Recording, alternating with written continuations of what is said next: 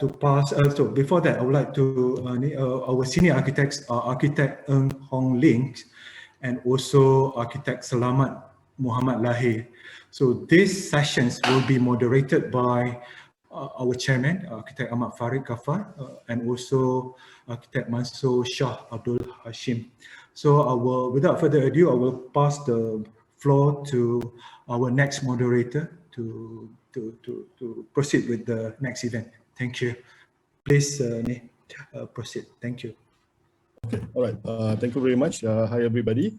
So I think I'm keeping my promise to our speaker, which we are going to make this very, very casual share and tell session. I think we have very informative session just now. I mean, it reminds me of my environmental technology 501 courses in university. So very informative. Now we are going to break from the formality. We are going to make it very, very casual.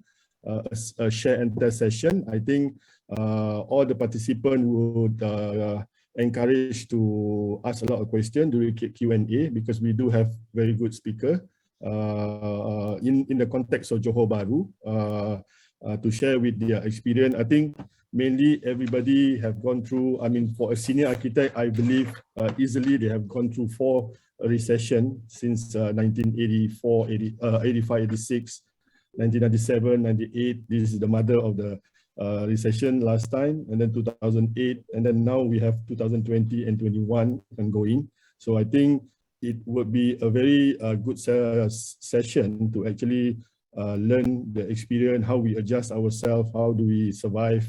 Like in our small title, we call it Sustainability is the New Norm. So I hope this session will be very informative, helpful to everybody. So to start the thing off, I would like to actually start off with a very simple question. Maybe we ask our speakers. Maybe we start with AR Ng Hong Ling first. I think basically just introduce yourself. Who is actually Architect Hong Ling and Architect AR Selamat. You guys, you can. Yeah, morning. Just before I start, I got to extend my sincere apology for being late just now. Somehow the program just don't let me access through iPad. So my sincere apology. Thank you very much, MAPE, for sponsoring us. Thank you very much, PAM Southern Chapter, for organizing this event. And then the thing is actually good morning to all the fellow architects. I think just before I start to explain my background, I would like to make this statement.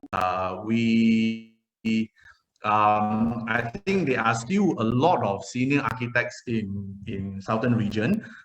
We just happen to be the person requested by Farid to join this session of sharing. So we still got a lot to learn in our way. So whatever that we are going to talk today would by no means undermine any experience for our much more senior architects in Southern region. Okay, as for my background, I have actually done my fair share of architecture training in Australia, University of Newcastle, and I graduated in the year 1990. And then I'm actually originally from Kuala Lumpur, so I actually worked in KL for a couple of years. And subsequent to that, I transferred down to Johor Bahru and joined Architect Negara for another couple of years. The more significant event was actually I was actually appointed to be the resident architect in one of the high-rise projects in Johor Bahru, Wadihana, if all of you know the project. So subsequent to that, I founded JYP Architects in the year 1994. So that was the time where we were young and aggressive, and the office and the story actually carry on from there. So that's basically how we are. And the thing is, actually, we have been through quite a few rounds of slowdown and recession. So we have been together with Architect Selamat throughout this period. So I'll leave it to Architect Selamat to explain himself on his position. Okay, thank you, Hong Ling. Good morning to all. My name is Slamat bin Muhammad Lahir. My colleagues, I got my actually my education background is a long journey because it break into two, and in between I worked. Okay, I got my first so-called what we call it diploma in architecture from MARA, by Institute of Technology MARA. That is on 1988, and before I further my study in Australia, I worked in Singapore for 2 years, partly because Malaysia during that time is recession. Subsequent after that, I further my study at the University of New South Wales, and I got my degree and came back to Singapore and working with James and partner, and that's where I met my so-called my sifu, Mr. Ng Hong Ling.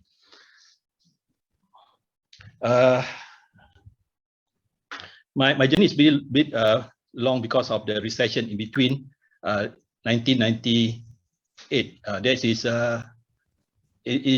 from 1995 to 1998, where when I graduated in the diploma, it's very hard to get job, and I have to seek opportunity in other country, which is Singapore. Okay, that's a bit of my background in education. Right. Okay, thank you, Slamat. Thank you, Hong Ling.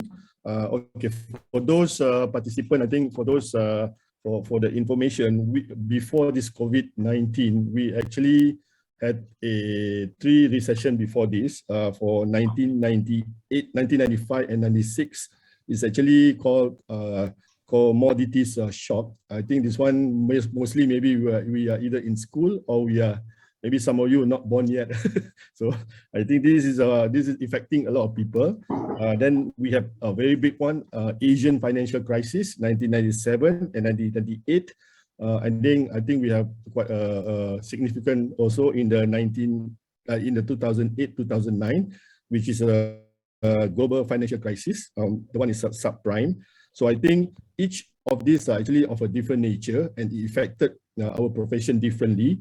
So maybe can both of you share what is your experience in handling each of these cases in a nutshell before we go to a detailed question.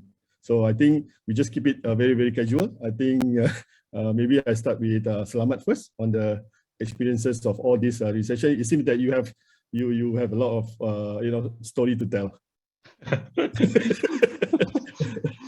Okay, my colleagues, when I graduated diploma in architecture, that is when it happened in 1988. Actually, Malaysia economy during that time, there are a lot of construction happening because of Commonwealth, a lot of project in KL. However, not many architects benefit of these so-called Commonwealth projects.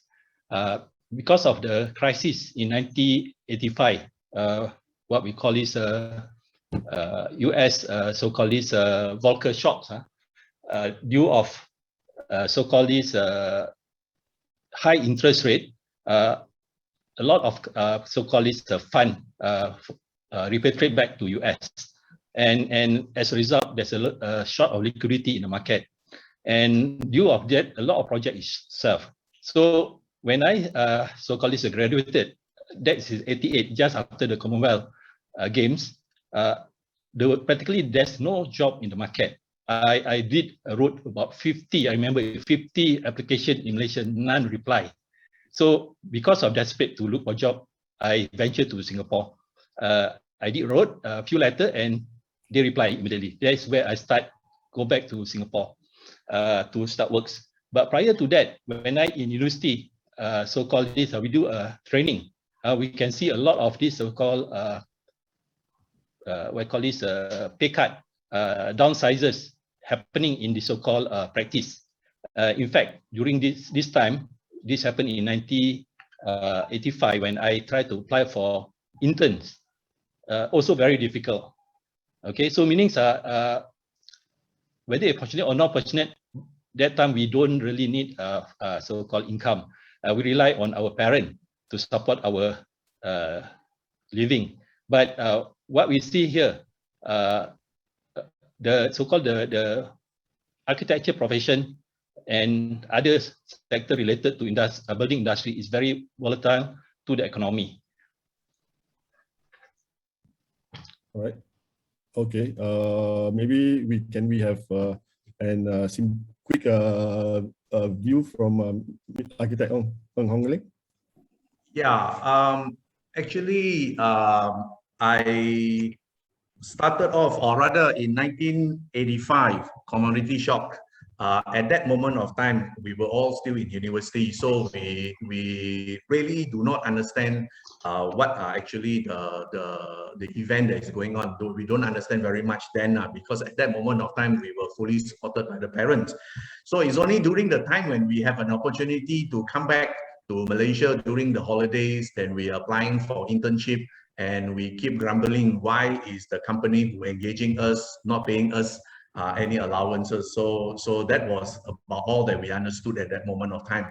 So the thing is, we keep hearing the bosses keep saying that, oh, collection is very low and there is no income for the month, everybody has to go through pay cut. That is about all. After the practical training, we go back to study. So basically, that was the image that we received during the big downturn in 1985.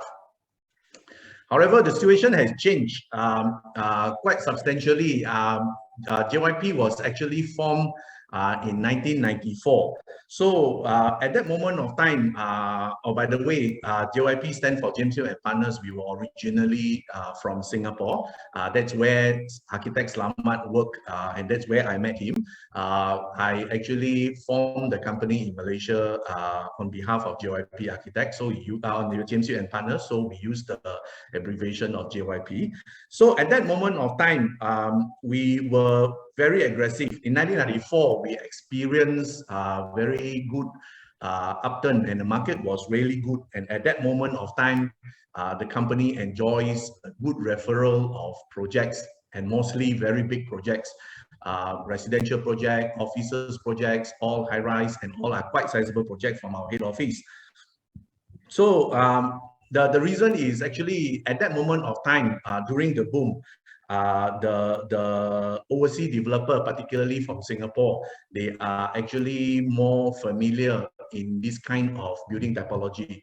At least 80% of the project in the office are of this nature. So the thing is actually at that moment of time, I can recall that we become very ambitious, and we were over the cloud, and we actually become very selective on work that we were supposed to do. So that was actually in 1994. So when financial crisis actually landed in Malaysia, 1997, I can recall that actually our finance minister at that moment was actually Anwar Ibrahim, if I'm not wrong, keep telling us that actually the fundamental was good. Malaysia fundamental was good. That at that time, Asian financial crisis already landed in Thailand. So we have been reassured that our situations will not be as bad as our neighboring country. So life go on. And then when the physical financial crisis hit Malaysia, the real time, so the practically the whole office, 80% of the projects in whole office just stopped overnight. So the thing is actually the project just died, and I can recall that actually during the period of time, it was after the announcement by the finance minister that there is going to be very strict loan consideration by the bank for property that is above 200,000. So at that moment of time, suddenly all the developers find themselves in a snooke position that they could no longer actually implement project of ambitious in its nature. So what happened to the architect firm was actually whatever that we have drawn, beautiful pictures and submissions of drawings, approvals of plans, all has suddenly turned into just beautiful pictures hanging on the wall. So at that moment of time, we the overhead for JYP Architects was actually not big because we were heavily relying on the support from our Singapore office. So that is actually a blessing in disguise.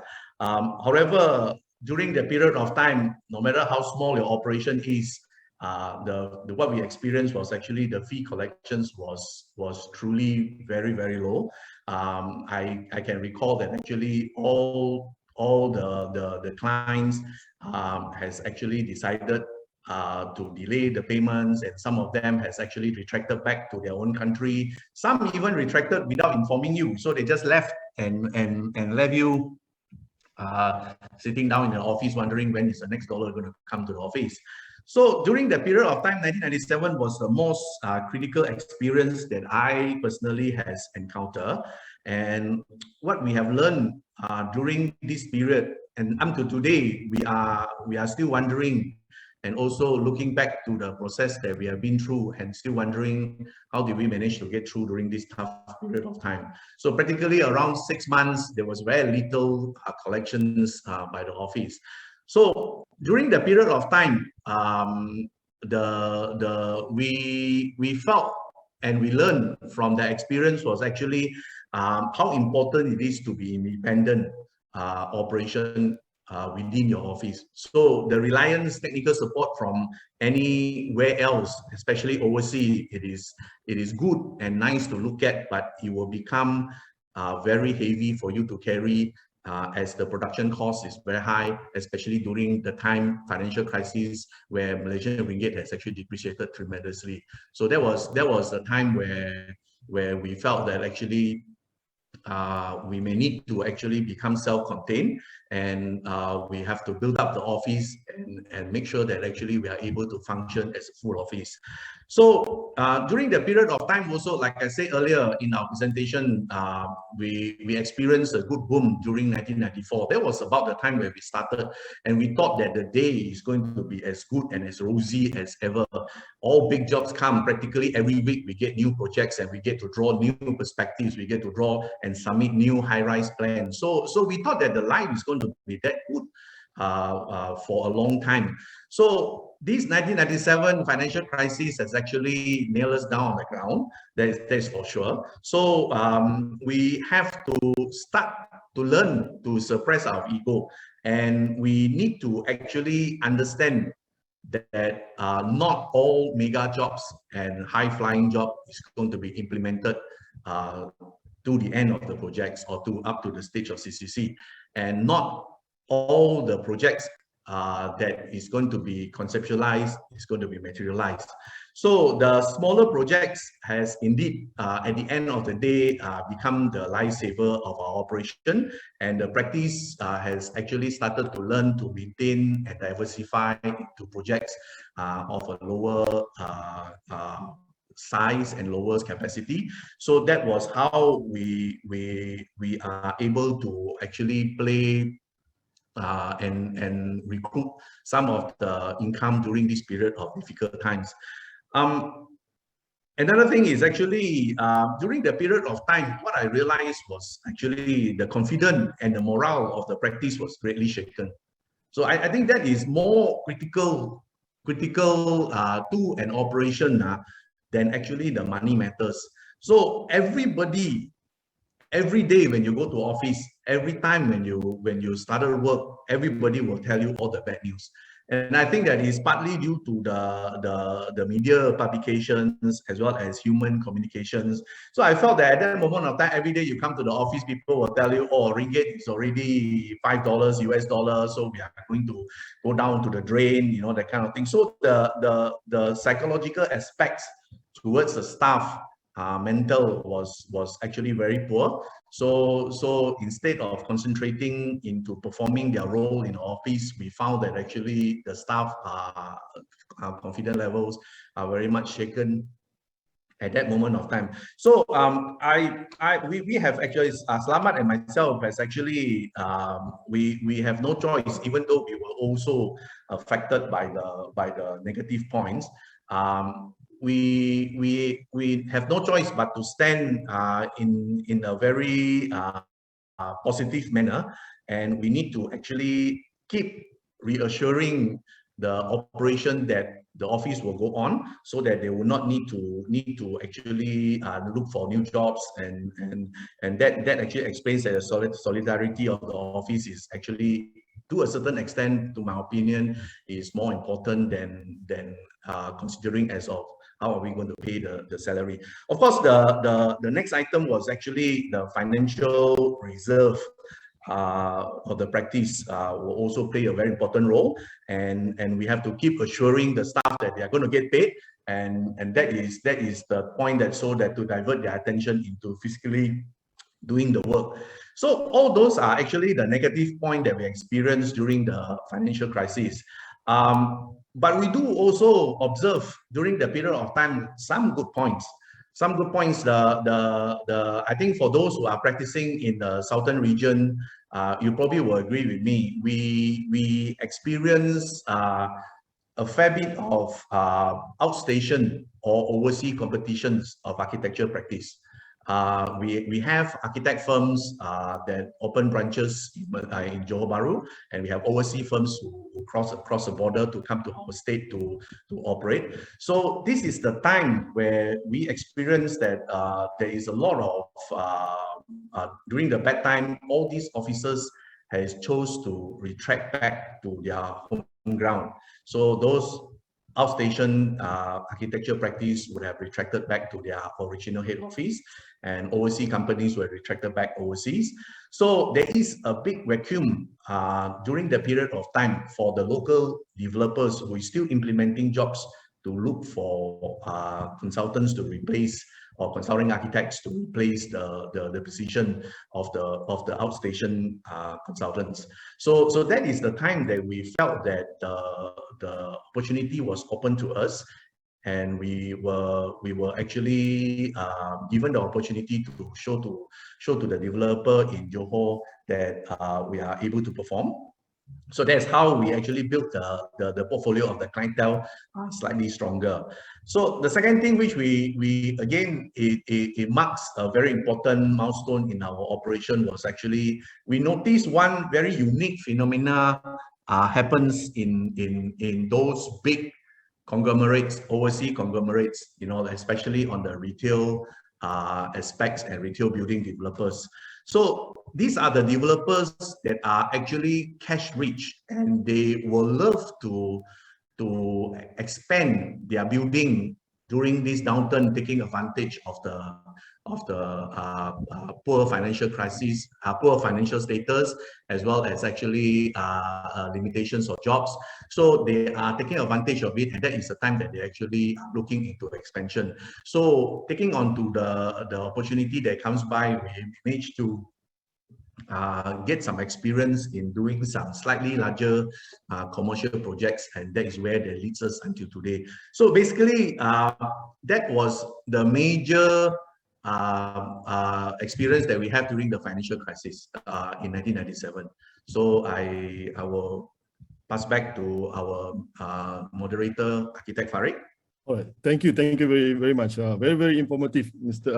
A.R. Hong Leng. I think the interesting about it is that this 2020 and 2021, there are little sharing on how the impact of COVID to architectural practice. So I think if we fast forward 24 years from 1997 that you have enlightened us, I have two series of questions now. Is that how do you compare this COVID experience with the other three recessions that occurs previously? How I mean, if there is a gauge meter, are we below 97 experience, or are we? A lot of people say this is mother of challenges.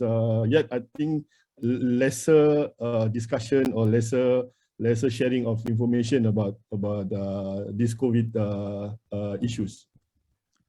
Yeah, that is a good question. Actually, to be honest, I may not have a direct answer to you, because we are still in the process of the unprecedented COVID situations at the moment. But what I can derive is actually, I can briefly say that actually no one has expected COVID to cause this world, if not Malaysia, this world a mess. So the thing is actually, leave alone all the new terminology that has been used and new guideline that has been imposed by the authorities are some of the terminology we have not even heard of through our life. You know, the things like lockdown, you know, that everybody has to stay at home and nobody is supposed to get going out to have a cup of coffee is already a taboo subject that we're talking about during this period of time. So the biggest difference I derive between current crisis, the COVID pandemic versus all the previous recessions that we experienced so far is whatever that has been imposed, the lockdown movement control that has been imposed by the authorities. All activities practically was and forcefully was stopped by the state control. So as an architecture practice, we probably require to function where it is not able to function only by our own. We have to actually function with a team member, not if not within the office, but it actually covers other consultants as well. So theoretically, we practically can't work hard from home. So in 1997, during the financial crisis, we can still tell our staff that we ought to work very hard and do smaller jobs to gain enough income to sustain and stay afloat. But in the beginning of the COVID that we experienced, we were all asked to stay at home, and where Zoom meeting wasn't that common at that moment of time, we are all learning from that period of time. So practically, we can't even work hard from home. And if other team members are not doing the same, if you want to conduct a meeting, the engineers may not be available during that period of time, and they may not be that savvy in terms of computers. So that was actually the biggest difference that we experienced in terms of comparing COVID to the recession. So as your question, whether is that going to be the biggest recession that we will experience through our life? So I'm sorry, I don't have the answer for that, because we don't know, we haven't seen the bottom yet. It is still going on at the moment. All right, okay, noted on that. Maybe Architect Selamat, you want to chip in a bit?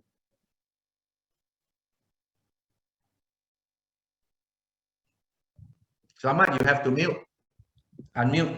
Okay, sorry. No. Okay, this COVID pandemic in our lifetime, we have not come across. I mean, of course, we have gone through a few recessions, but COVID is something is unprecedented. The nearest so-called pandemic happened is 1930s. That's called Spanish flu.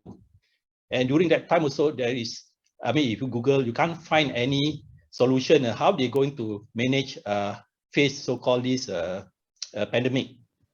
Okay, it's a new challenge, and we learn along the so-called this period, and this so-called government regulation and so-called this SOP keep changing. It create a confuse among the so-called this the practitioner as well as the whole industry, so-called building industry, where it also involves affected the developer, the manufacturer, so-called the building constructions.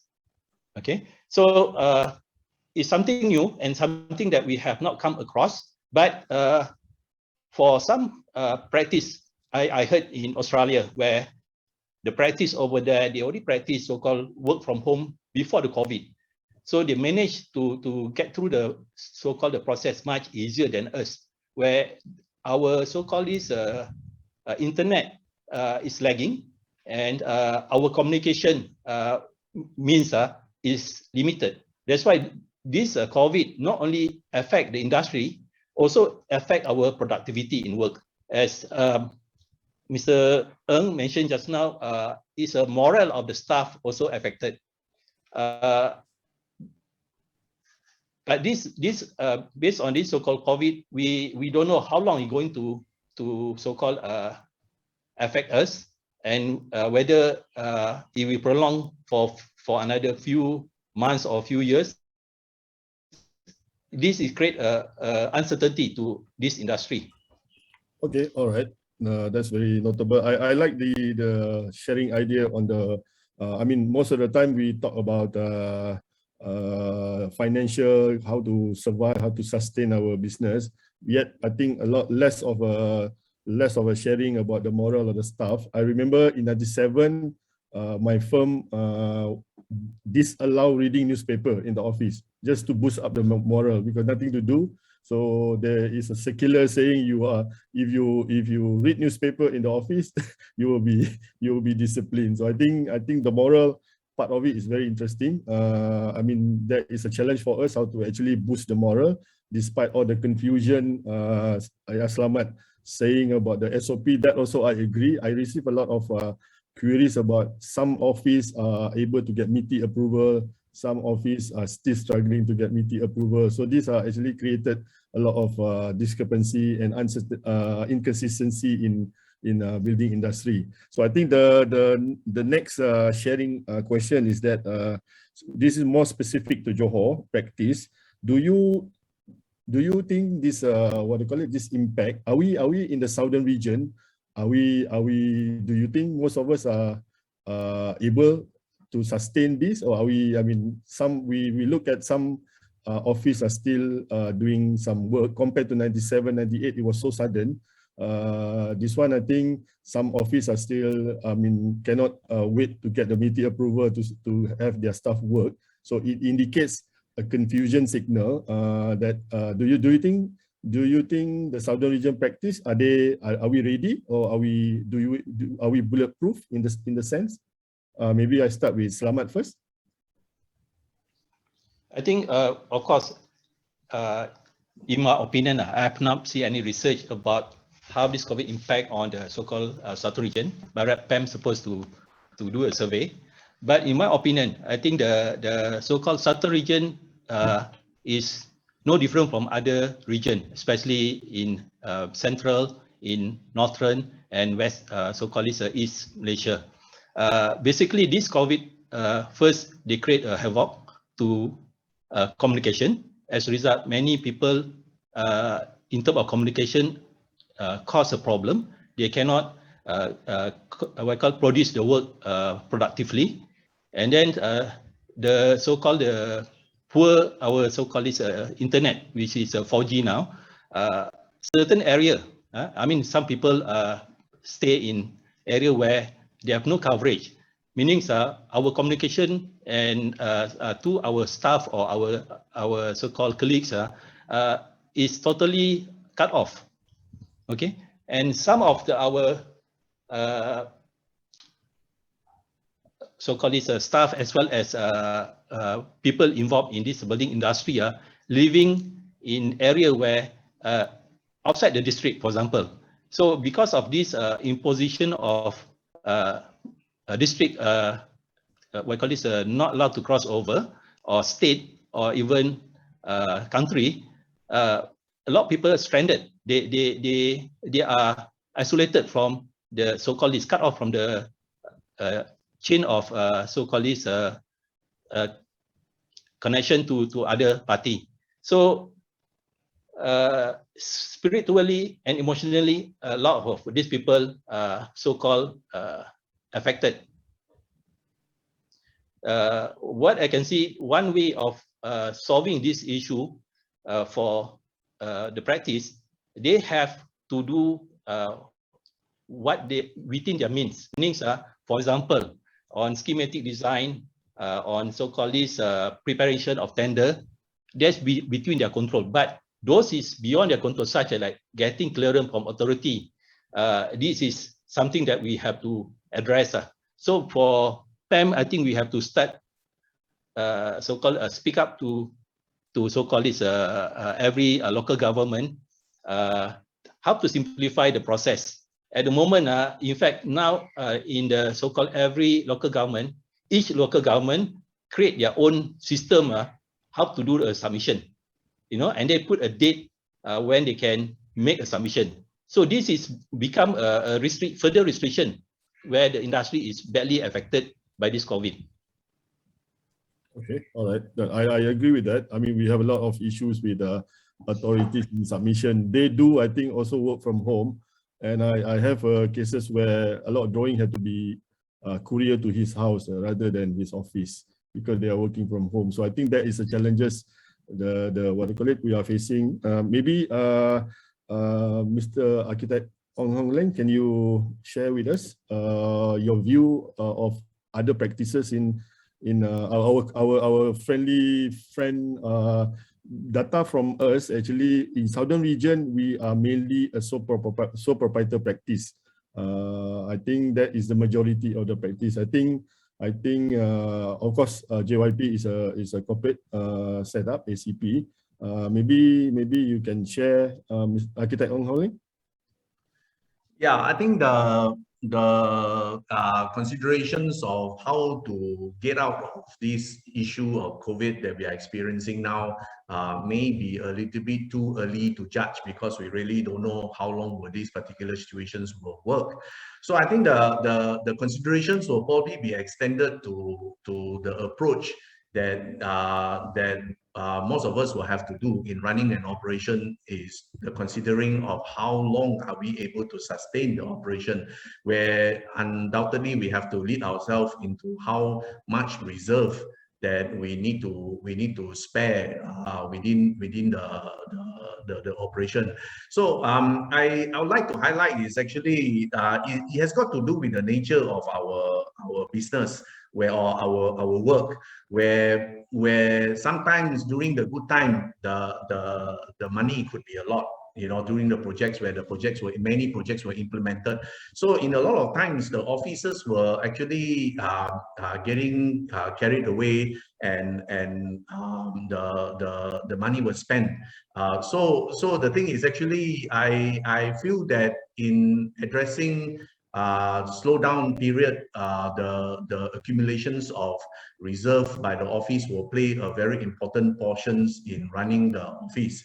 So I'd like to touch I agree with you that most of the operation in southern regions are sole proprietor or partnership.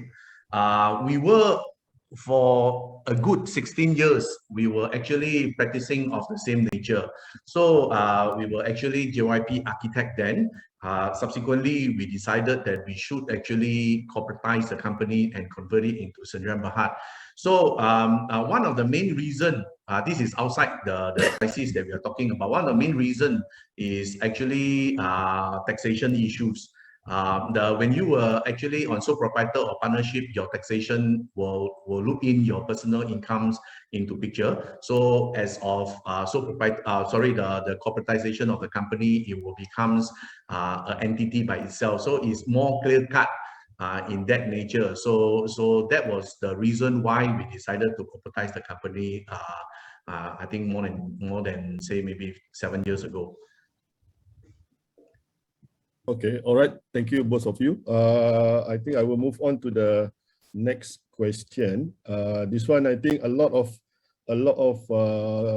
sharing about how to actually take care of our staff, especially like the moral story that you mentioned just now.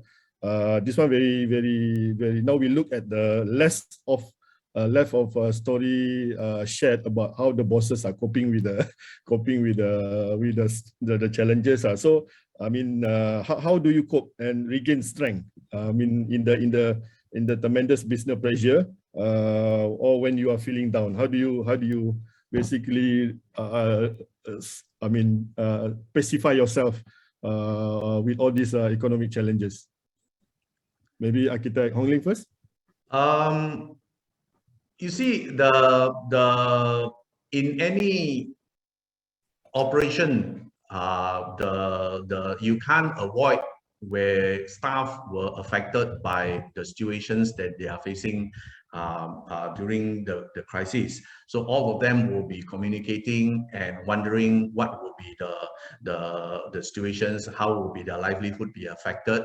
So the thing is actually what is more important is, as a leader of the operation, you need to stay positive, and you need to actually reserve sufficient fund to carry throughout the whole period of time.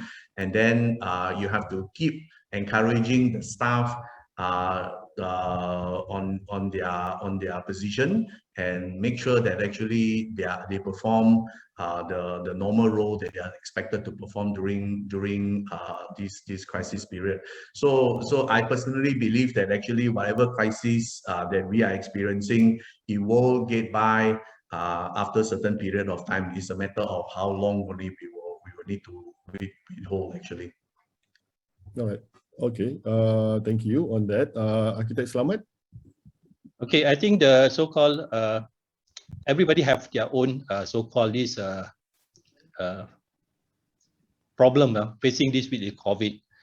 The main one actually, I believe, is the health issue, safety issue, because this COVID, they even though some of the people have received immunization, but the COVID keep mutating, meaning there's new variant, new so-called we don't know how they transmit and how they affect our health. So to be safe facing of this so-called pressure of working from home, okay, we have to provide them with so-called instrument, how to communicate and how to so-called keep contact with the office, okay, and we also help them to so-called get vaccinated. In fact, almost 90% of our staff already have a vaccination. Only left few people. Okay, and because of so-called this, we managed to get vaccinations, and we have so-called approval from MITI.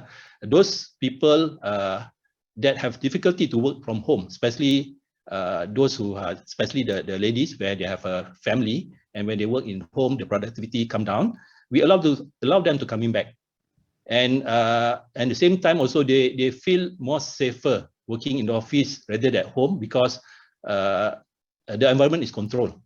And on financial aspect, I agree with Mr. Ng mentioned about we have to give them assurance that we can pay every month their salary, and that will eliminate their worries on performing the works. And one thing good during this COVID period, we have plenty of time actually. I mean, in terms of working, of course, we can work from home, but because of there's no constructions at the site, there's no so-called it's very limited to go to authority and to see clients. We have plenty of family bonding time, and we also have our me time. In fact, we can contact a lot of our old friends that we have not in touch for a long time. So this gives another so-called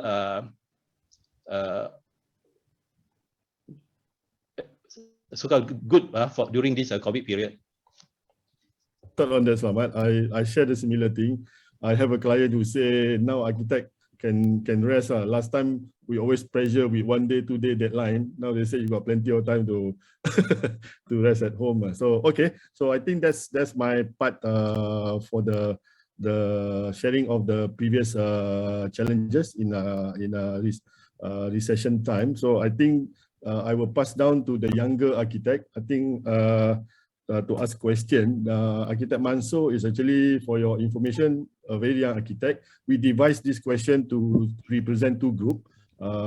Previously, my question are all about the one that we also experience in the same challenges. So I think the next sets of questions will be from the generation of youth architect on trying to learn how to share these experiences. So I pass down the moderator to the second moderator. Okay, thank you, Architect Farid. So as mentioned by Architect Farid, I will be representing some of the young and graduate architects for this question. For the first question, it will be for Architect Slamet. I noticed that PMSO are having this tagline of sustainability is the new norm in each of their webinars now. which I believe that PEMSO wish to share the ideas in ensuring preparation for the survival of its members. So, do you have any insight on this, Architect Slamat? You mean the so-called how to survive during this period, Ye- correct? Yes, yes, yes. Okay, actually, I have no so-called perfect formulas how to survive during this period. But what we have learned during the so-called 85 recession, 97 recession, and 2008 recession, for young professional, in order for them to survive these periods, they have to look more than so-called basic service. They have to look into other supplementary service because at the moment the basic service become very limited, and the architect also facing the problem to deliver so-called the basic service. So you can take part in supplementing the process to carry out this basic service. For example, during this period, because of lockdown, some of the practice they don't have so-called software or knowledge on the digital. You can provide your service to them, and you can collaborate with them to prepare this so-called documentation. So that's one way of to getting through this basic service. Sorry, to supplement your income. So in terms of office operation, you have to see what you need, not what you want. So you have to buy or you have to spend on what you need rather than something that you can so-called get it somewhere else. So in servicing the client, this sort of operation cost can be bring down and will not burden you throughout the recession. And one aspect that so-called you have to keep inside this so-called during this period, you have to keep your key lawyer staff, and this key lawyer staff and so-called they must have a multi-skill and talent. So you don't need a big organization to support your so-called operation. Okay, thank you for your insight, Architect Slamat. Okay, the next question I will be asking Architect Hong Ling. On the moving forward scenario and vision, how do you foresee the firms market, especially in the southern region, amidst post COVID-19? Will be there a knight shining armor or surveyor opportunities for the firms? So the talking about shining armor, and we always like to refer it to this southern region. We want to see the market in southern region. Unfortunately, there is no shining armor that will protect any architects in operation in the whole country. So nobody has that shining armor. It's actually the fittest that survive. In actual case, if you talk about southern region, this current phenomena of COVID, where multimedia plays a very important portion, the situation has brought our competitor closer to us. Previously, assuming and consultants that has to from outstation, they have to travel miles to come to our battleground. Suddenly you realize that actually is no longer needed to travel. They were all based upon multimedia system that and then you get to see the client. And I believe on today's forum we have these participants all over Malaysia. You know, so you are able to get access and work together by looking through the screen of the computer. So that is the facts of life, the facts that we are experiencing at the moment. However, you must understand that the whole journey of providing architectural service, it is not about just to draw pretty pictures. Okay, it's not just to draw perspectives, it's just not to draw nicest design. The effort of getting through the design idea to the approving authorities will also play a very important part in realizing the success of a job, and as well as actually the actual work implementation for a project localized in Southern region would also be very important to ensure that the work is implemented properly. So I would say that actually in any time of practice, the architects within the Southern region should capitalize on the logistic and locality advantage versus our competitors. So that is the advice that I can actually give. Thank you, Architect Ng Hong Ling, for your input. For the next question, I think for info, I actually relatively new in this firm establishment as sole prop. So I formed my firm in early 2020 after pass my part 3 exam. But unfortunately, the COVID-19 hit and continue up until today. So I think the next question will be relevant specifically for the newly established firms, aka young architects, and for graduate architects generally. The question is for both speakers, and I will pass that one. The question is, what is your advice to inspiring architect for successful, sustainable, and stable firm? I go for Architect Ng Hong Ling first. Yeah, this is a good question. It's actually practically explaining the whole journey of what the architect consultancy practice is supposed to go through. So and reflecting to the period that we have been through. So I feel that the priority during the good time or the bad time, these young architect or aspiring architect should take the opportunity to build up a good and positive human resources within the company, because we must understand that the architecture practice, it is not about singular performer. It is actually a team effort. So you need to go through this process, especially during the difficult period, to see the capability and the character of a specific staff. So this is a good period for you to actually build up your own infrastructure and also the human resources within the company.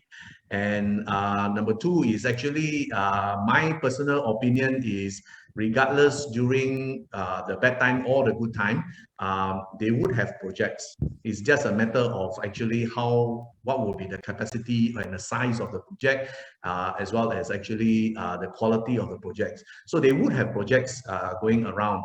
So the thing is actually during this period of time, the beginning aspiring architects should actually take the opportunity and their time, now that Architect Selamat say that we have plenty of time, to build up a good portfolio of projects within the office, and so that actually you will build up the experience in doing specific projects, and which could actually be useful during the good time. So what I'm referring to is actually you may want to, not all the projects, the architects are not familiar to all the projects that is supposed to be available in the market. So they are experience that we ought to pick up during the practicing period. So during this period of time, if you could have an opportunity, you ought to ask yourself and ask the operation, what are the area and the niche market that you wanted to concentrate, so that you are able to perform that particular, you attend to that specific area of projects during the normal period of operation. So the last bit which I wanted to highlight is actually aspiring architect are ambitious. They are actually having plenty of energy, but do not forget to be modest in expenditure. Basically, reserve whatever fund that is available, extra fund that is available for the rainy period, because the bad weather can come in anytime. So you may need to actually see what are the fund that is appropriate to be reserved for the operation for the long lasting of the company. Yeah, thank you. Okay, thank you, Architect Hong Ling.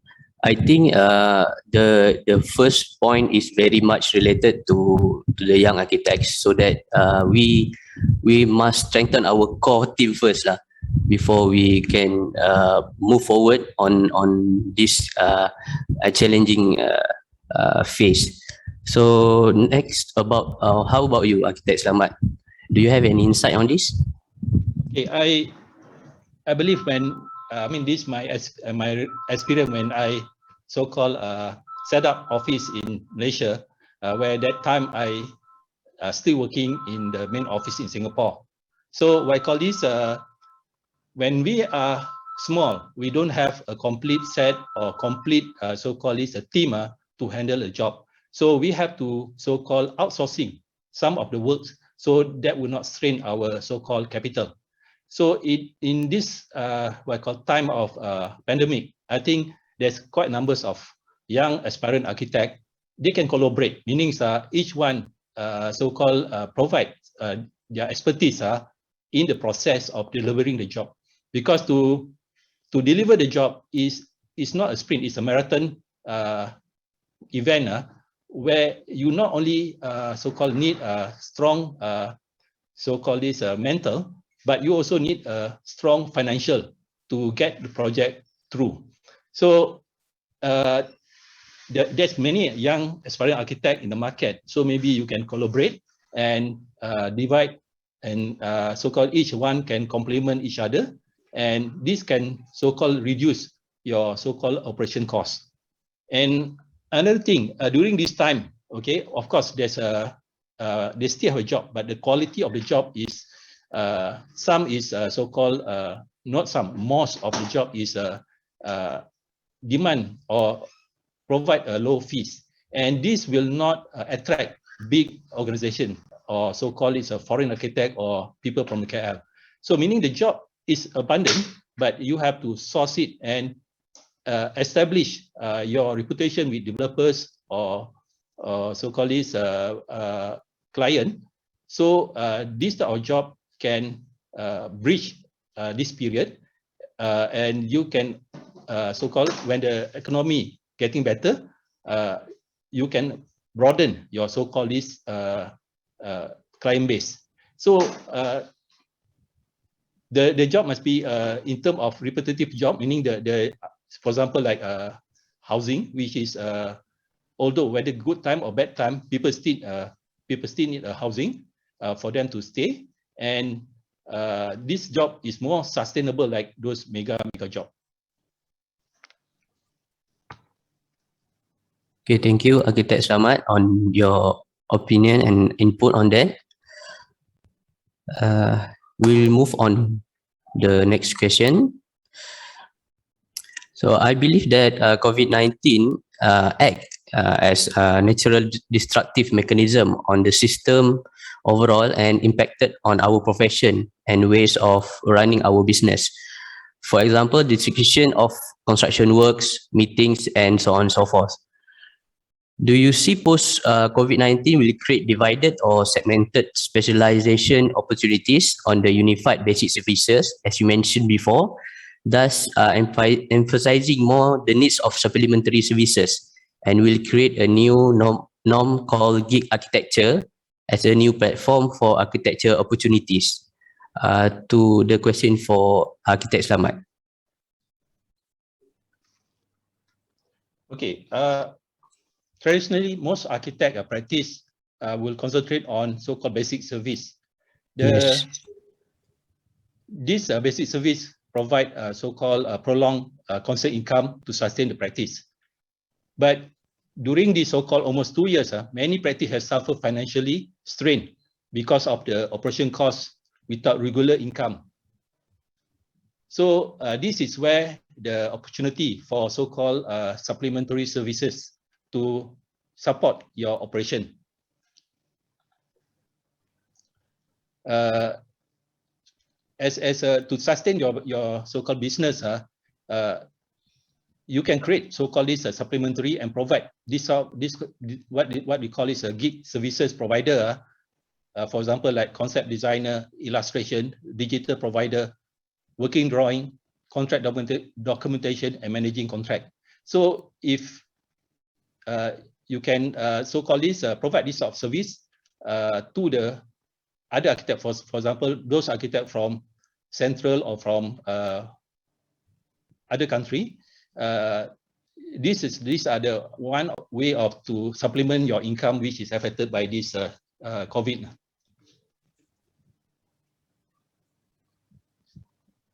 Okay, thank you, Architect Samad. I think this will be my last question for this session. I will pass back to Architect Farid for further webinar session. Thank you. Thank you, Architect Mansor. I think tough question, Selamat, from the younger from the younger group. I think this. Architect Farid, some of the questions you probably need a lot of time to read through in order to answer before you answer it. True. Nowadays they are all very justified, very. So I think it's good for the profession actually. So I think the next question is actually a bit controversial. I think this one actually was passed to me by a senior architect too. It's a bit spicy, yeah. So I think be prepared with it. So next question, please. The slide. Next two questions. So I think this one actually talking about the uniqueness of the JB market, because we perceive most the senior architect perceive Johor market is actually a very good market and very open market, especially in good time. So I think we attracted a lot of quote unquote competitors from other ACP. I mean, a lot of national, ACP, we talk about Southern region, and we talk about Central, we talk about Northern region, actually doing a lot of jobs also in our Southern region, especially in Nusa Jaya in a good time. So I think they have a lot of pressure on the local practice, since we are also consist of a lot of small practice. So like you said earlier, most of the big project, either in Nusa Jaya, in Pengerang, they are not a good balance of between domestic architect, I call it Southern region, and the other section of practice. So I think it comes, this is controversial, it comes to a statement that we are perceived to be like a second-class architecture practice, giving second-class services. So do you have any take on it, Hong Ling? It's a spicy question, Farid. Yeah, this is only my personal opinion. I feel that actually any healthy and legalized competition is good for the profession. Yeah, so the thing is actually the terminology used by the second class and second grade architects are only relative, as well as actually a perception that has been given. Like I said earlier in the discussions or in the sharing, we do as a local architect enjoy the logistic advantage. We also equip throughout the years, from the first generation architect to the second generation architect. Now we have got third and the fourth generation architect. Architect Mansor will probably be the fourth generation architect that is coming into the market. We have also, the localized architects will have also experienced the different typology in terms of buildings and in terms of projects. So I would personally feel that we are equal as compared to architects from outstation. So the only difference is actually some of the mega projects, the client could actually be based in central Malaysia, which is actually in Kuala Lumpur. So that makes terbalik our logistic advantage. It becomes that they have the logistic advantage versus us. They are able to meet up with the client, a lot more easier compared to to us traveling down from traveling up from Johor. So I felt that actually the phenomenon of having good and this legalized competition, it is actually a good thing to us, and in fact it shows that actually we got plenty of job in Johor. Otherwise, the foreign or outstation architects will not be interested in the projects within this particular region. So this will pose a sufficient opportunity to all the aspiring architects who is actually looking into establishing this operation and their career as an architect in this region. I mean, I started off by saying that I'm originally from Kuala Lumpur, but I choose to base myself in JB.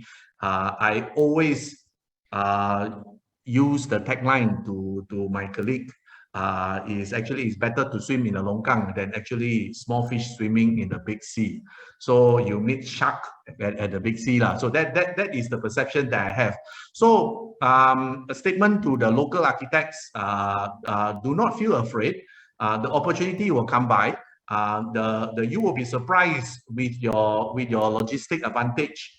You can go very far in terms of obtaining projects, and we have actually encountered and proven some of the central clients that we are able to perform equally well for projects which is originally deemed to be too big for a small company to undertake. Yeah, the sizes of the office and operation in Southern region, undoubtedly it is small. Majority of us are sole proprietor partnership, but that has got to do with the way where offices are formed, because it's actually easier to form a sole proprietor versus corporate companies or even a partnership company. So that may be one area that we can improve ourselves within the Southern region, so that we are sizable enough to compete, or rather to perform at par as compared to the architects from outstation. Yeah, thank you. Thank you. That's very assuring. It is spicy, Architect. So I think the next question is actually also very relevant, especially when we have next question. Next, this one I think has been answered by Hong Ling. We move to the next question, please. Okay, I think this is also quite relevant. A lot of my session with the senior architect, I did some research first before this seminar to generate the question. So I think COVID-19 suddenly has actually surfaced a very big question about some are ready to pass down the baton to the younger generation. So I think architect, we rarely actually talk about succession in our practice. I think you have a very good partners. You have a very good succession with Architect Selamat. So I think maybe can you share with us how actually this is handled? I mean, it's not easy to actually share with people, especially when we say a lot of sole proprietor. I mean, sole proprietor basically you have it, so maybe Architect Hong Ling, can you share on this? Yeah, I think for information, Selamat is actually older than me. Well, yeah. So I think is succession is a sensitive word. It's a sensitive word, and the thing is actually it is a word that all the company or the practices will have to consider sooner or later. So the thing is actually I keep asking myself is actually what is the age that we should take in order to start thinking about this succession. Then I start looking into some of the documentary and some of the books. IMP practices until 90 plus, and I believe he practices until he passed on. So I think it maybe that could be the gauge of how long are we able to practice, but we have to ask ourselves, are we willing to practice that old or not? Are we willing to practice up to that senior? But sometimes it's because not so much of the age, but it's more on the fatigue experience that we have been through throughout this whole period of architecture practice. JYP Architect has got a history of 27 years. We just calculated, because of these sessions, we have to start calculating from 1994 to 2021, so 27 years, not that long, but nevertheless, it's not that short either. We have been among the management of architects, JYP Architects. We have in multiple times discussed about our succession plan. When I tell Slamet that actually I think I want to take a break, he say lagi cepat, I lagi want to take a break because I'm older than you. So that that is the issue that we have. But since you asked, I believe that actually my personal opinion, this nature of work or our career, being an architect, it is not something that you are, or it's not a profession that you are able to pass your throne to your next generation. You are not able to tell your son, this is the chair, please sit on it. It is not able to work that way on the professional aspect as well as on the practical aspects. So the person who did that is because the person who actually sits on the chair needs to know in particular the ins and outs of the operation of the office. He needs to know ranging from how the paper of the office is being purchased up to the well-being of the staff. Everything he has to be in the know. So the thing is actually also the person must also have good chemistry towards the clientele that we are facing. So it cannot be someone, or it cannot just reserve the chair and pass it to the next generation. So the people who we are dealing with at this moment of time, both Architect Slamet and myself dealing with the clients that we are dealing with, they will probably retire when we retire. So it will be a separate set for the successor, separate sets of the personnel that the people the person that is taking over the office that will have to meet. So people that we meet now would have retired, and then the successor will have to have the caliber as well as body chemistry to actually get along with whatever clientele that we are serving. So there is no two ways about it. So the architects, or rather, I mean, I must admit that I have got next generation who is wanting to be an architect, but there is no two way about it. He has to learn through the hard way and learn through the proper process in order to build his own career.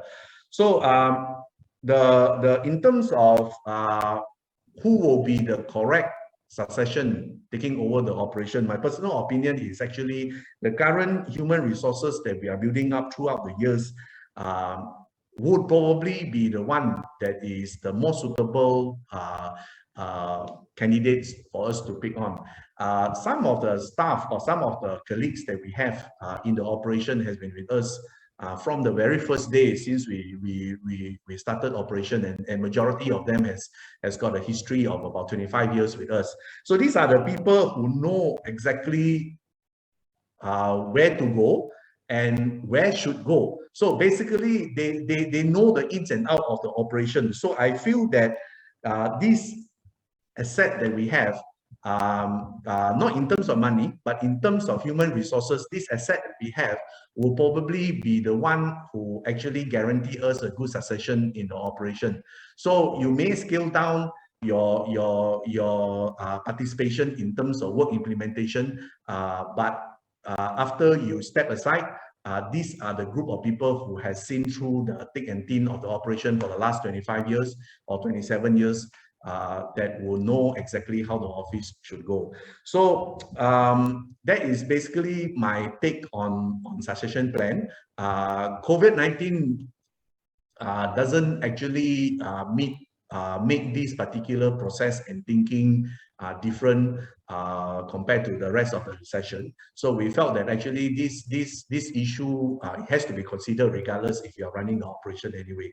So that is my personal opinion. Yeah, thank you. All right.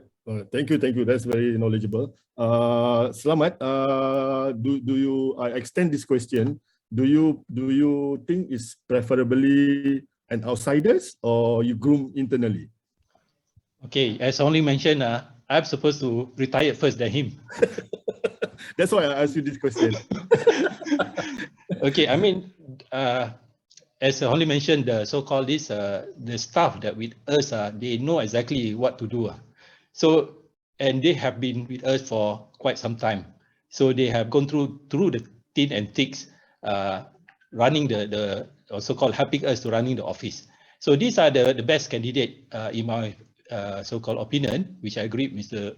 Holing, that these are the people who have to so-called recognize their contribution as well as their talent, because this staff has been with us for such time, and they have experienced all the process. Rather than we take a new party or new person into the so-called succession plan, where practically whether they suit or they can able to work with our office culture, and they can have a good so-called relation with the whole staff, because they are newcomer. So my opinion, the so-called the successor must come from in-house personnel that we have groomed, and we have to let them know earlier that they are in the list on the succession, and we have to allow them to mentor them on the other aspect other than architecture practice, such as management of office, financing, other than what they normally do. So this will help so-called the transition more smoothly, rather than inject a new party or new person inside the organization and shake the whole office to a different way of doing things in the office. That's true. Okay, all right. Very loyalty plays a lot of importance in the decision. Okay, all right. So I think the next question is now focused on the staff, handling of staff. I think in Johor Bahru, mainly the category of graduate architects or new architects, we are actually mostly belong to the group M40, meaning a salary of 8,000 below.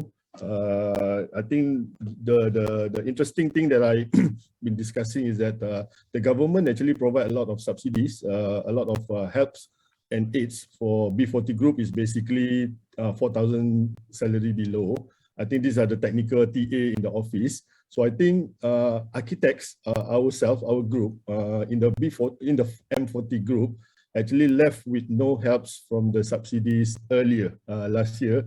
I think this year a little subsidies from the government. So how do you actually in your organization, how do you help all these entry architects, young architects to actually make them loyal to you, stay with you amidst all these challenges?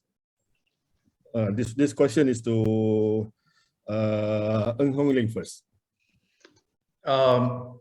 Yeah, you see M40 and B40, this group is actually the younger generation. The younger generation who has actually has very ambitious, and they are the most volatile group and also most highly mobile. So basically, this is the group of people who felt that actually they always feel that they ought to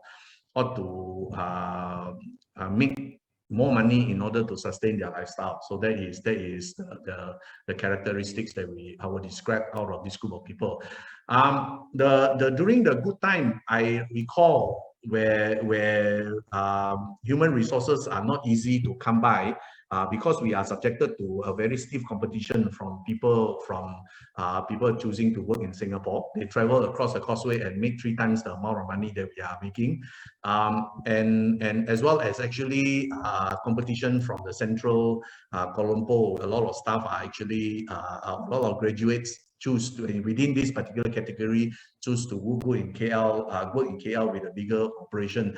So I recall that actually we need to approach local and academic institutions like UTM to actually particularly book graduates to come and work for us. So because of this group of people who come to the office and they are highly movable, they will start to hop from one company to another company just by merely maybe a couple of hundreds or maybe $500 increment or salary. They will start jumping from one company to another. So that is very destructive to the nature of our work. So we make a very special effort during each interview that we are conducting on our potential candidates for people who work within this category to explain to the candidates or the future staff on the journey of a project. This is not about like Slamat say, is this building a building or completing a project. It is not a sprint where you complete within maybe 10 seconds. It is actually a marathon. It's a period that you have to go through, and each and every step of the process will gain you a different nature of experience. So the thing is, you need to start looking into how a building is designed, taking a considerations of the client input, how the building, how a plan is being approved by the local authority, how construction drawings are being produced, and at the end of the day, all will boil down to how are we going to demonstrate a good human relationship with the contractor so that the building can be built according to your aspiration. So that whole journey of the process is actually important for every architects or every B40 groups or M40 group who is actually aspiring to become a good architect in future. So we will make an extra effort to explain to them that the period, a minimum period of training that is required for them to be attached to the office in order for them to learn the full cycle of construction. So we would tell them point blank, if you're looking into coming here as a transition period of a year, and then thereafter you'll be hopping around to the next company, then it may be a wrong spot for you to be in. So that is actually the positions that we have. We usually encourage anybody who is actually have the intention to join the operation to have a intention to at least be attached to the company for at least 3 years to 5 years in order for you to be able to learn the whole cycle. So as of this, looking after them, I think we felt that actually there is specific market remunerations for this group of people. Basically, they are a market cap as of how much should they be paid and how much, what kind of lifestyle should they be living. So I personally feel that actually they ought to be remunerated through the fair amount of money so that actually they can have a comfortable and sustainable living. And I would like to add is actually the remuneration, it has to be done in a consistent manner. You know, it is basically is during the good time or the bad time. Everybody has got their plan. Everybody has got their lifestyle. Everybody need to spend the same amount of money, whether it is the good time or the bad time. So the thing is actually you need to promote a consistent payment to the younger generation, because this group of people will probably do not have very much of saving at back. So that is my take. Thank you. All right. Okay. Very interesting. Very interesting. I will expand this question to Slamat on any different, Slamat, on whether M40, whether you are local or whether you are overseas graduates, architectural graduates. I think the so-called is in terms of remuneration, we base on their so-called talent as well as their capability. We did not discriminate whether you are graduated from overseas or you are graduated from a local university. In fact, most of our practice, so-called the staff that we have, they are graduated from local university.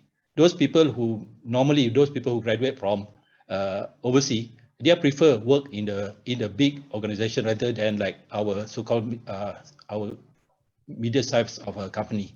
So in terms of so-called remuneration is no different, even though if we engage people from overseas, but they have to prove to us that they can deliver the works. Okay, all right, that's interesting. Okay, so now we come to the last. Finally, we come to the last question, even though there are so many questions left. This is the last one. I think Just to as a conclusion to it, maybe both of you, can you share with us 3 simple wisdom lesson for us to learn from your experience? I start with Architect Hong Ling first. Okay, three simple wisdom lesson. I feel that actually more of 3 important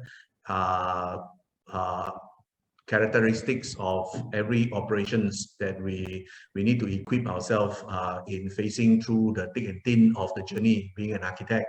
So the first item is I would like to say is to maintain a highly positive human resources.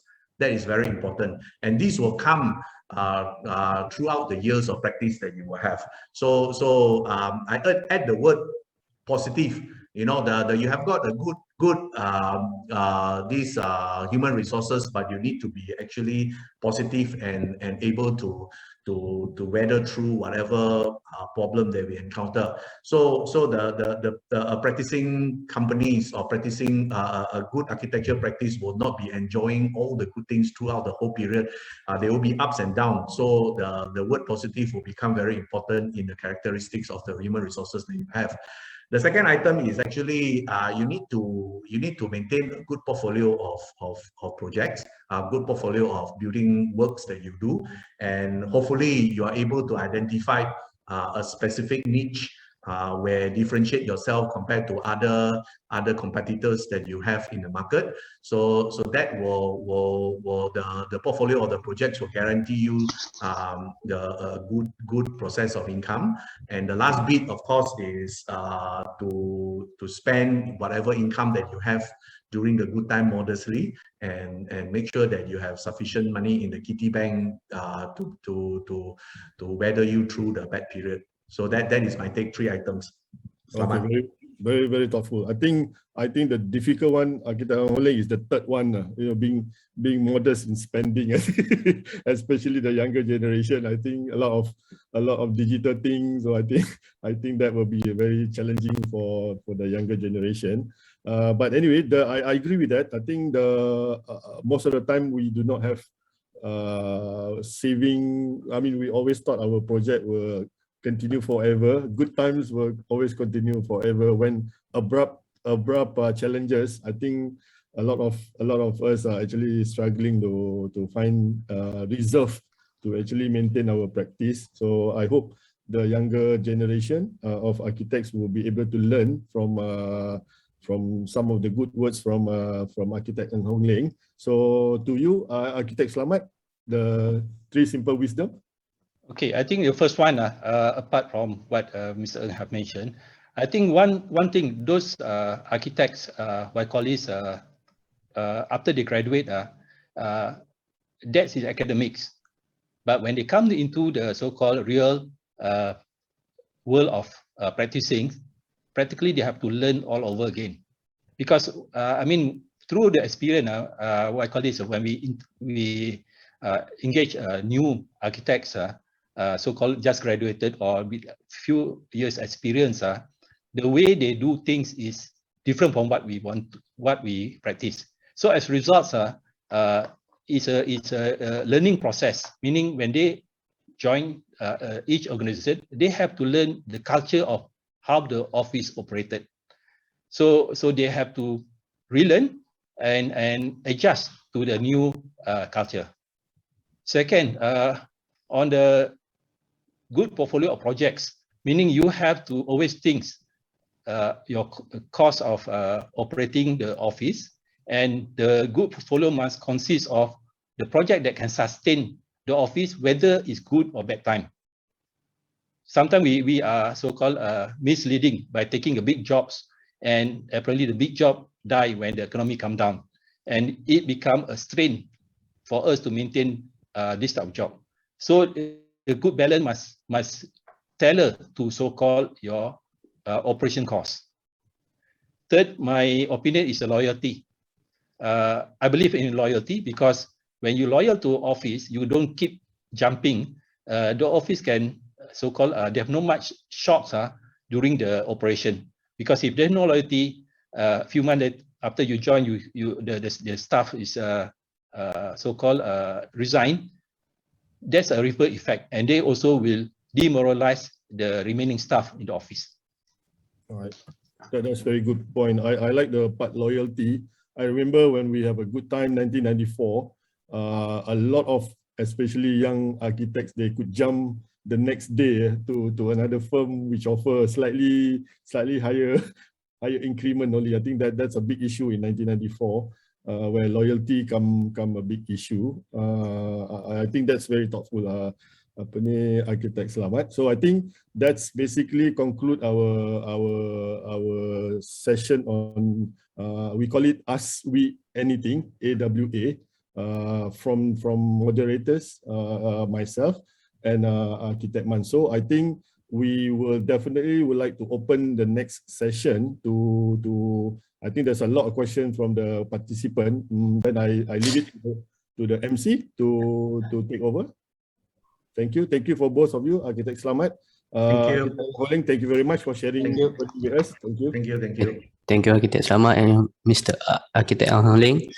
Okay, before we jump into the question and answer, I would like to showcase the corporate video by JYP and our overall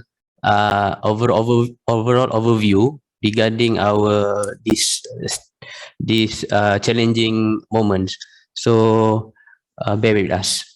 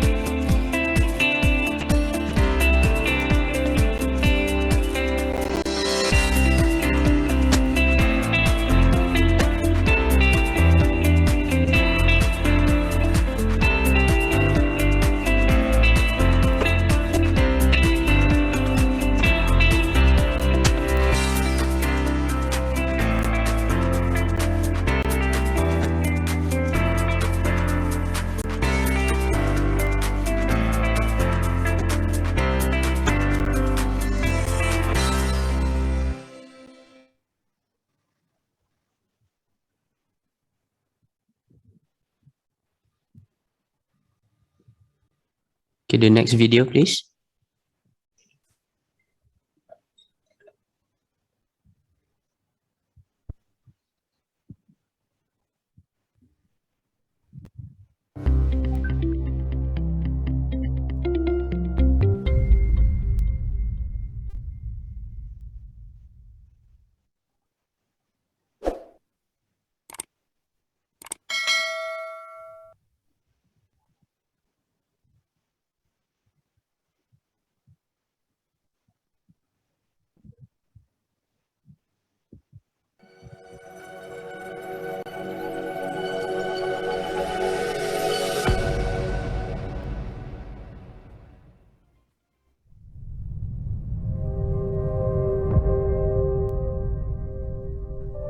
I heard that we are all in the same boat. We are sailing in the same storm, but not in the same boat. Your ship could be shipwrecked, and mine might not be, or vice versa. Each of us will emerge in our own way from the storm. We are all on different ships during this storm, experiencing a very different journey. It is very important to see beyond what is seen at first glance, not just looking, actually seeing.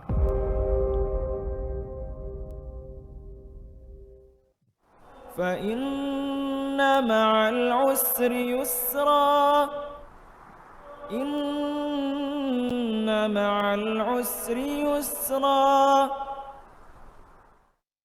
Wahai rakyat Malaysia yang saya hormati sekalian, pada hari ini kita semua sedang pun berhadapan dengan situasi yang agak membimbangkan berikutan penularan jangkitan COVID-19. Coronavirus. COVID-19. They're completely locked down.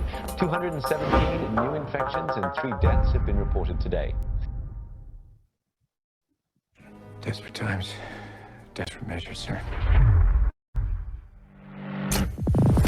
You can't fight the friction, so you can't take the pressure, so.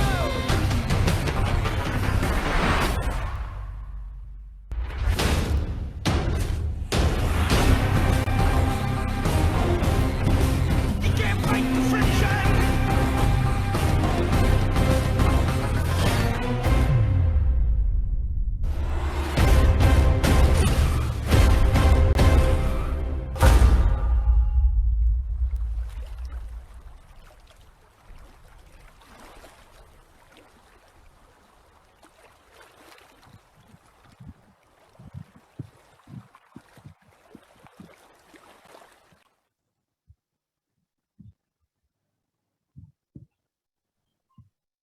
Okay, thank you for bearing with us. I will pass back to the MC, Cik Naim.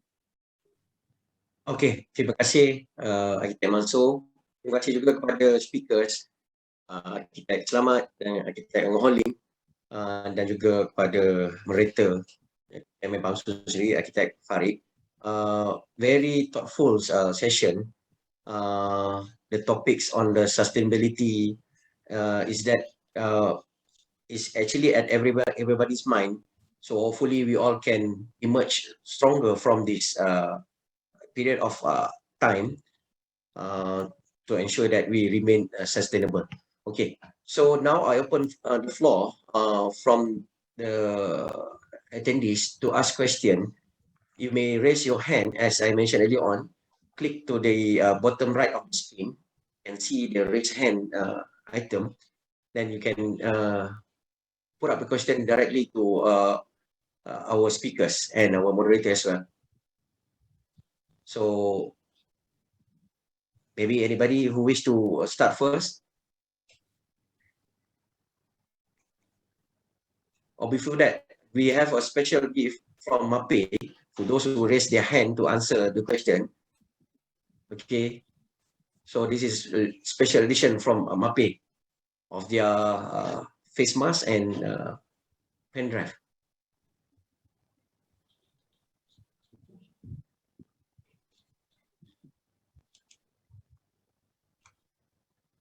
Okay, we have Architect Aimi. Maybe you can proceed us to the floor now, Architect Aimi. Hello, hi everyone. Hi. First of all, congratulations to Pam So for organizing such a wonderful talk today. So I have questions to our panels today. Okay, so hi, salam sejahtera, Arkitek Selamat and Arkitek Eng. I'm Architect Amy Roslan. I'm a PAM Council member and also a co-chair for PAM Youth Committee. I have a question, and my question is probably a bit long, but bear with me. Okay, because I'm within the youth age group. So as you know, there are many young architects as well as the graduate architects in the industry currently. They have been suffering from the rise of living costs since the last decade, where the ratio is not in parallel to the wage they earn from the clients or their employers in comparison back to the 80s or the 90s. So with the current pandemic, new issues are adding up. Okay, not just because architecture itself it is a stressful career itself, and plus with the current pandemic, there's a new issues adding up to these groups who are just about to start up in the industry. For example, they have new issues like salary cuts, permanent employment have been turned into contract basis, the loss of job, and leading to mental health problem. So my question is, would you mind if you can share your experience with us when you were both in your youth during the 80s or 90s recession? How did you actually cope with the stress and the mental health issues? And what form of support that you recommend for the employers to provide, or your advice to your current young staff at work? Thank you. That sounds like a question to the country rather than to the architects. Okay, I'd like to start first, and later Slamet can actually add on with his opinion.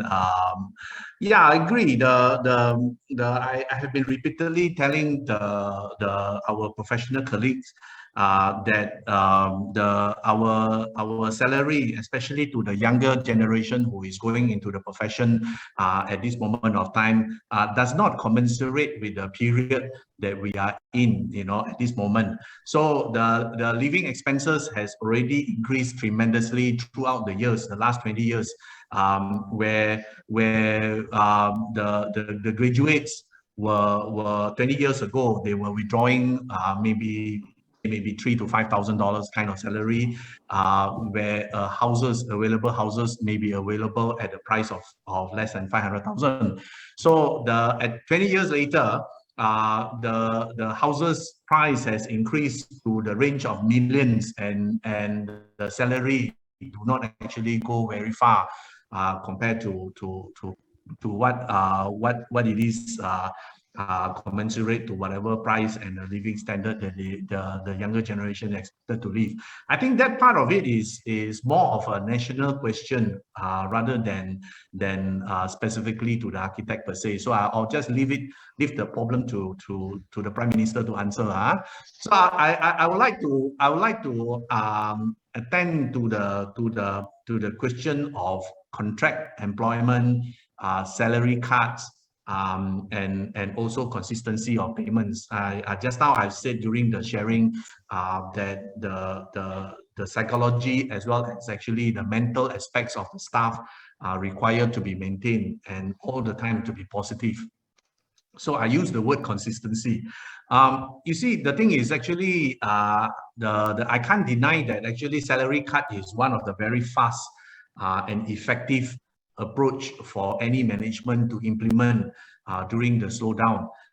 Converting permanent staff into contract employment, it is another, because of the uncertainty timing where the office do not, or the management of the office do not see that actually the problem is going to be resolved within the next 1 year or two, and all these are actually very effective approach for a management on an office to adopt.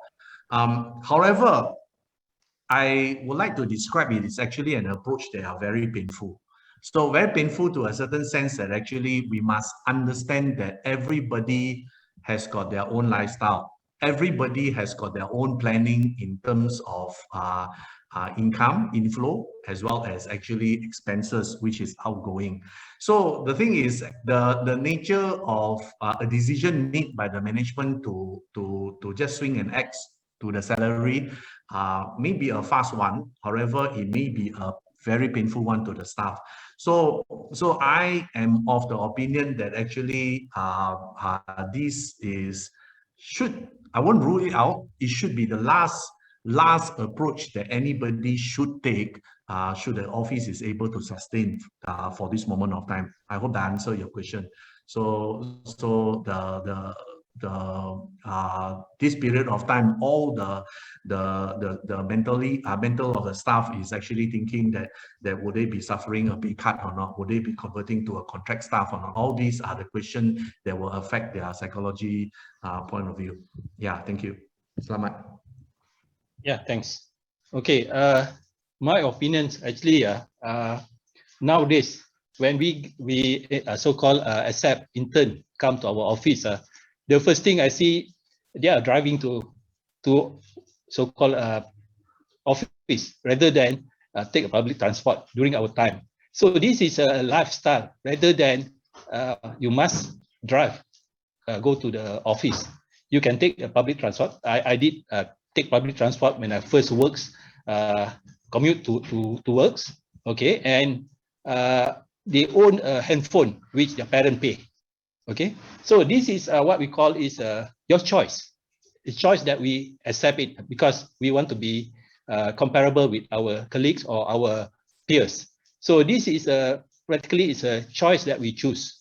So to me, when I got a job, I settled down.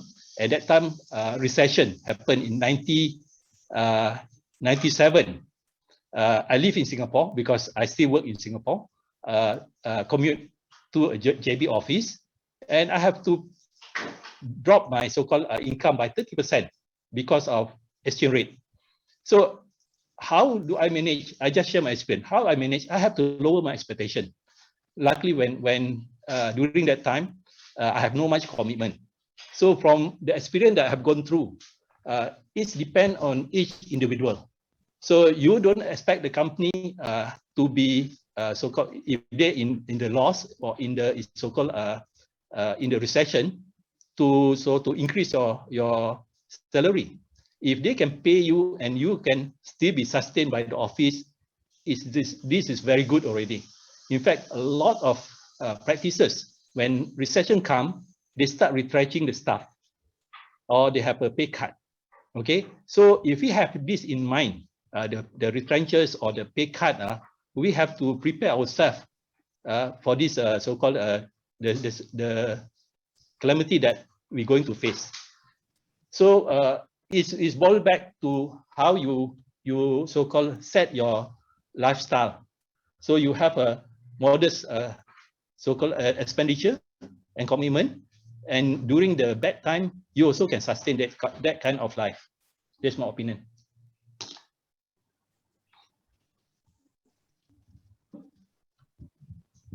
Okay, thank you, Architect Holding and Architect Selamat. We take the second question from Raja Nurfarahin. Okay.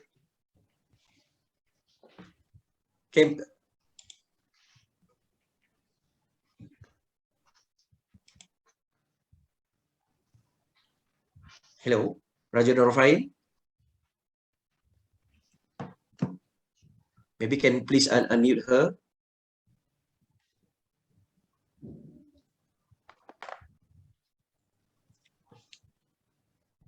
Raja Nurfarahin, are you with us? Okay, you may proceed to ask the question.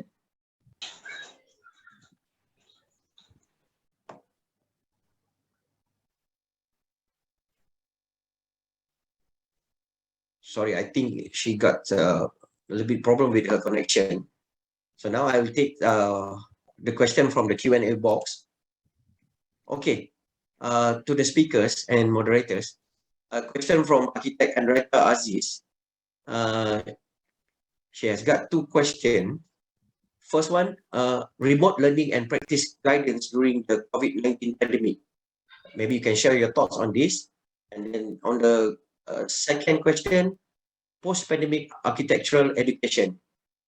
Okay, I may leave to Architect Selamat first to answer on these two questions.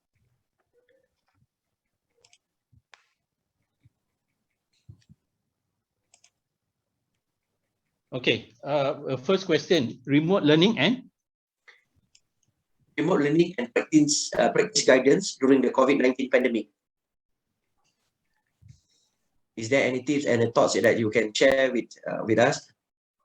Okay, I think the so-called this remote learning this is a buzzword during this pandemic. Whether you are working or you are studying or practically you have to go through this process. The current situation, everybody have to use digital so-called transformations. Meaning this one way of we communicate, we works, and we live our life, because the restriction by this COVID not allow us to be freely going out from the house or to other places because of pandemic. I think 2021 and moving forward, this so-called remote learning and practice guidance you have to do through via multimedia or so-called internet. And a second question. The second question, post-pandemic architectural education. Is there any way that you can share your thoughts on this question? Post-academic architecture education. Yeah. Okay.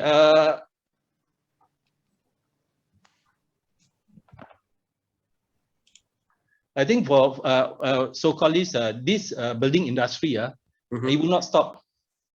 It will not stop. It will continue moving forward.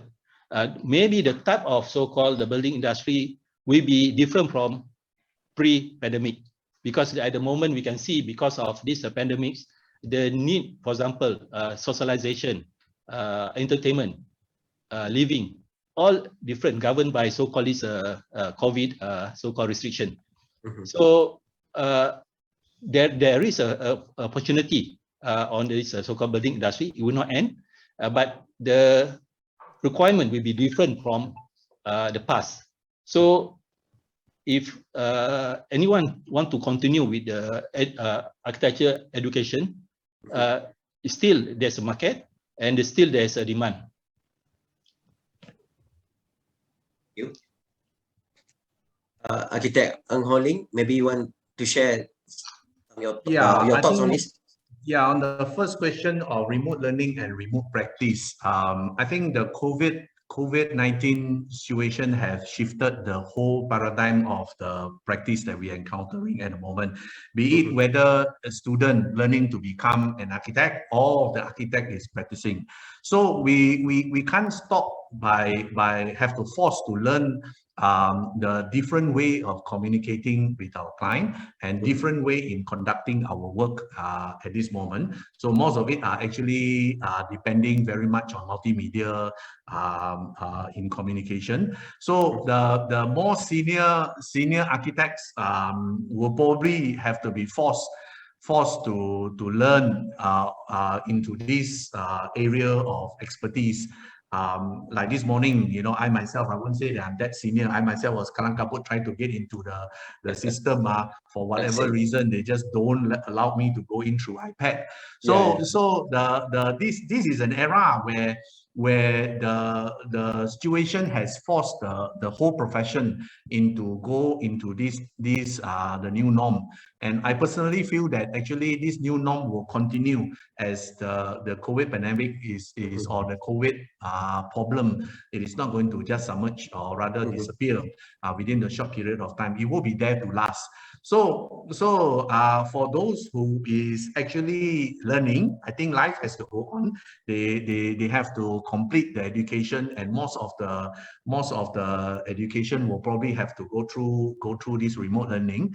And those who are practicing will need to actually learn the new tactics now, new techniques in communicating. So as of the second question, post-pandemic architecture education, like I say, this method of operating is here to last, and it's going to become the new norm. So I feel that actually the education education in architecture may need to divert a major portion of it into this way of communication. Yeah, thank you. Okay, thank you. So we have another question, the third question from the chat box here. Okay, the question is: current pandemic crisis is unprecedented, and it requires unprecedented approaches and solutions to weather the crisis. what are your thoughts on post-COVID crisis, on what needs to change for architects? Thinking, rethinking, work processes, business challenges and opportunities, assist the struggling practices in this uncertain, difficult market environment. I think part of it being asked during that session with the moderator. Maybe you can share a little bit more on this.